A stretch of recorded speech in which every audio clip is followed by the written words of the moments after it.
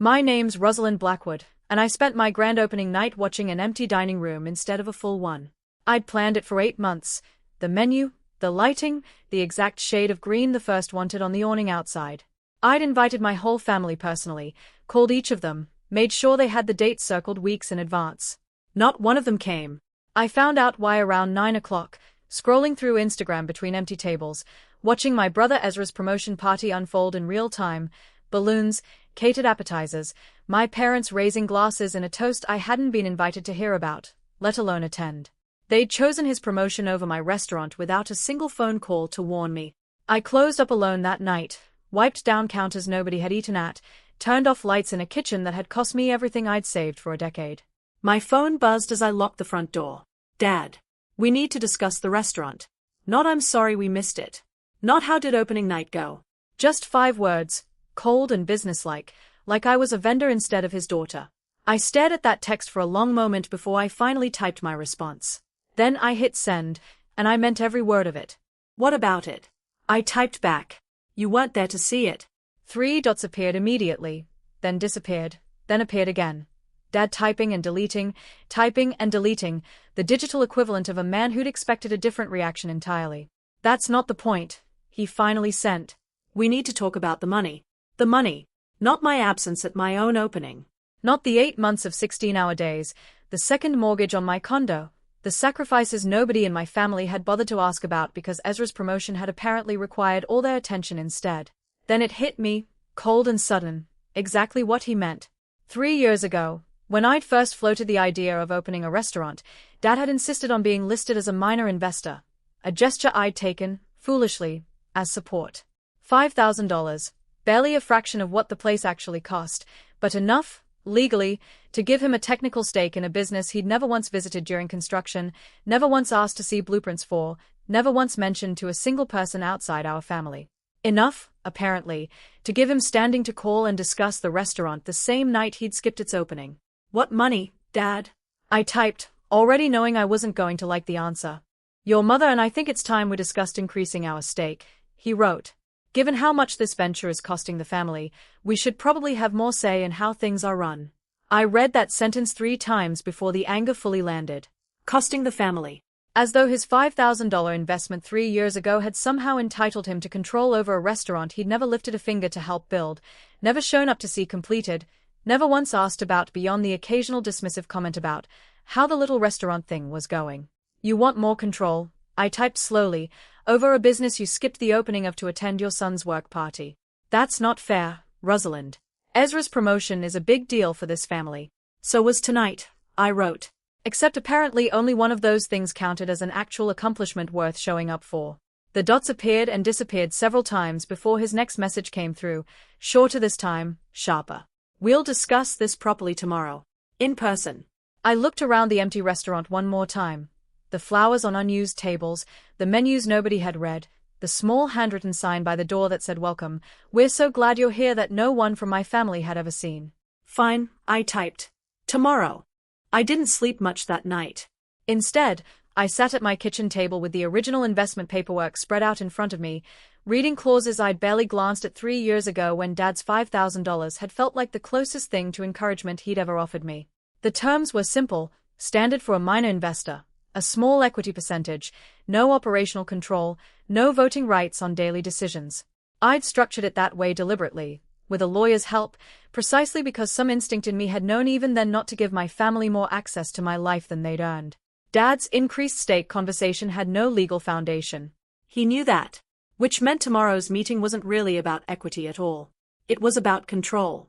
About the discomfort of watching a daughter build something entirely her own, something that didn't require his permission or his presence to succeed, something that made his absence at the opening look exactly as small as it actually was. I called my lawyer first thing the next morning, requesting a formal review of the original agreement, and a clean valuation of his stake in case he wanted to discuss buying him out entirely instead of expanding his role. If he wanted more control, he was going to have to earn it, or lose the little he already had. The family meeting happened at my parents' house that evening, Ezra conveniently present too, still glowing faintly from the promotion party he'd apparently decided deserved a second celebratory dinner. We just think, Mom started carefully, that given how much this restaurant means to the family's reputation, your father and I should have a bit more input going forward. You mean the restaurant none of you attended the opening of? I said. Ezra shifted uncomfortably. Roz, come on. My promotion doesn't happen every day. Neither does mine, I said. Except mine took 8 months of 16-hour days and every dollar I've saved since college, and somehow that still didn't rank higher than appetizers and balloons. Dad cleared his throat, redirecting. Let's stay focused. About the investment. I had my lawyer review the original agreement this morning, I said, sliding a folder across the table before he could finish. Your $5,000 bought you a 2% equity stake. No operational control. No voting rights. That was the agreement you signed. Things change, Dad said. They do, I agreed. Which is why I'm prepared to buy out your stake entirely. Full return on investment, plus a modest premium for goodwill. Effective immediately. The table went quiet in a way it hadn't managed all night. Mom looked between Dad and me, clearly caught off guard by how quickly the conversation had moved from vague entitlement to an actual, executable offer. You'd really buy us out? Dad asked, some mixture of surprise and wounded pride flickering across his face. I built that restaurant without you, I said. I can certainly run it without you too. This isn't punishment, Dad. It's just accuracy. You want more say in something you've shown zero investment in beyond a small check 3 years ago and one dismissive comment about the little restaurant thing. That's not a partnership. That's a title without the work behind it. Ezra, to his credit, finally spoke up, quieter than before. She's not wrong. None of us even asked how last night went. Dad's jaw tightened, unused to being outmaneuvered by paperwork instead of persuaded by guilt, which had always worked better on me before. We'll think about the buyout, Mom said carefully. Take your time, I said, standing to leave. But the offer's only good for 30 days.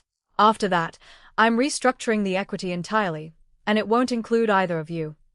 I left before anyone could respond, the cold night air outside feeling more honest than anything said at that table in years.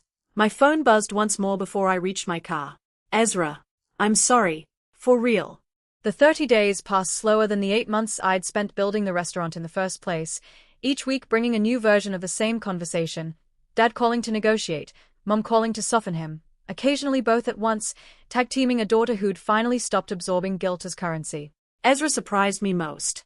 He showed up unannounced one evening, alone, sliding into a booth near closing time with none of the promotion party energy he'd carried weeks earlier.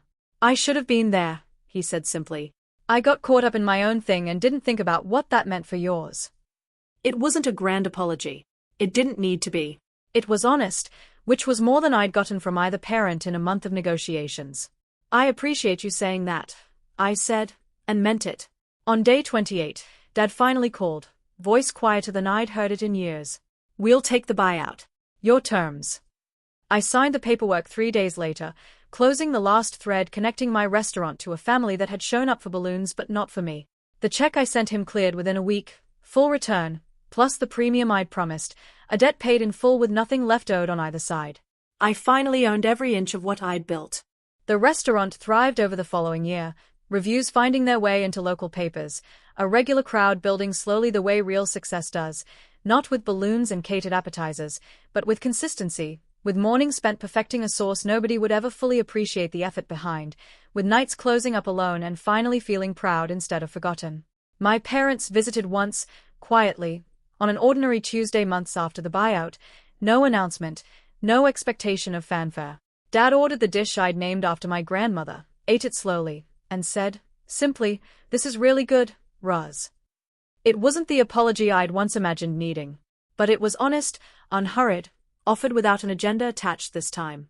Ezra comes by more often now, sometimes alone, sometimes with friends he's actually told about his sister's restaurant instead of mentioning it as an afterthought. Small gestures, rebuilding something that had never really been broken by cruelty, just years of quiet imbalance nobody had bothered correcting until I finally did it myself. I kept the little handwritten sign by the door. "Welcome, we're so glad you're here." These days, when I read it, I mean it for myself too, finally welcome in a life I'd built entirely on my own terms, glad, for the first time in years, to be exactly where I am.